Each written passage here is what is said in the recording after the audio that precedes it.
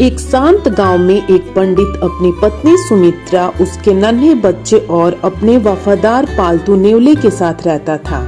नेवला उसके परिवार का एक हिस्सा बन चुका था। वह न सिर्फ पालतू था बल्कि बच्चे का भी गहरा साथी और रक्षक बन चुका था। एक दिन पंडित को जरूरी काम से दूसरे गांव जाना पड़ा। संयोग से सुमित्रा को भी किसी काम से घर से बाहर जाना पड़ा। उसने सोचा कि नेवला घर में है और वह हमेशा बच्चे के साथ रहता है, तो वह बच्चे की देखरेख कर लेगा। सुमित्रा ने नेवले को प्यार से सहलाते हुए कहा, नेवले, मुझे थोड़ी देर के लिए बाहर जाना है। मेरे बच्चे का ख्याल रखना, मैं जल्दी लौटूंगी। नेवले ने सुमित्रा की बात मान ली और बच्चे के पास बैठकर उसकी रखवाली करने लगा। जब सुमित्रा बाहर थी, एक बड़ा जहरीला सांप घर में घुस आया और धीरे धीरे बच्चे के करीब आने लगा। नेवले ने तुरंत खतरे को भांप लिया। नेवले ने बिना वक्त गवाए सांप से मुकाबला किया। सांप ने फुफकारते हुए हमला किया और नेवला बार बार बचते हुए पलटवार वार करता रहा। आखिरकार नेवले ने अपनी बहादुरी से सांप को मार डाला। हालांकि उसके मुंह और पंजों पर खून लग गया था। वह थका हुआ बच्चे के पास बैठकर उसकी रखवाली करने लगा।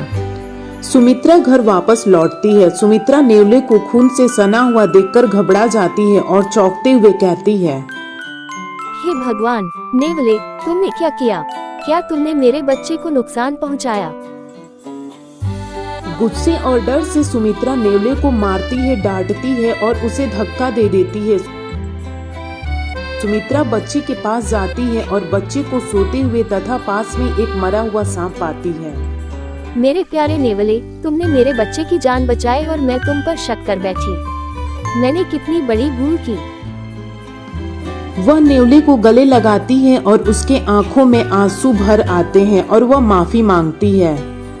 मुझे माफ कर दो नेवले, मैंने तुम्हारी वफादारी पर संदेह किया।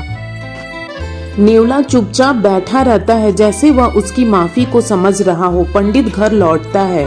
सुमित्रा पंडित को पूरा घटना बताती है और पंडित ध्यान से सुनता है। सुमित्रा, इस नेवले ने हमें सिखा दिया कि वफादारी और साहस का मूल्य क्या होता है। आइए इस बात से सबक ले कि हमें कभी भी बिना सोचे समझे किसी पर आरोप नहीं लगाना चाहिए। उस दिन के बाद सुमित्रा और पंडित ने नेवले को और भी अधिक प्यार और सम्मान से देखा।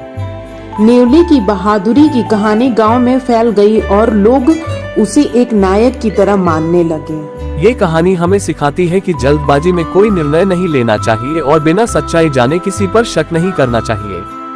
सच्चे साथी, चाहे वे इंसान हो या जानवर, हमेशा हमारे भले के लिए हमारे साथ खड़े रहते हैं।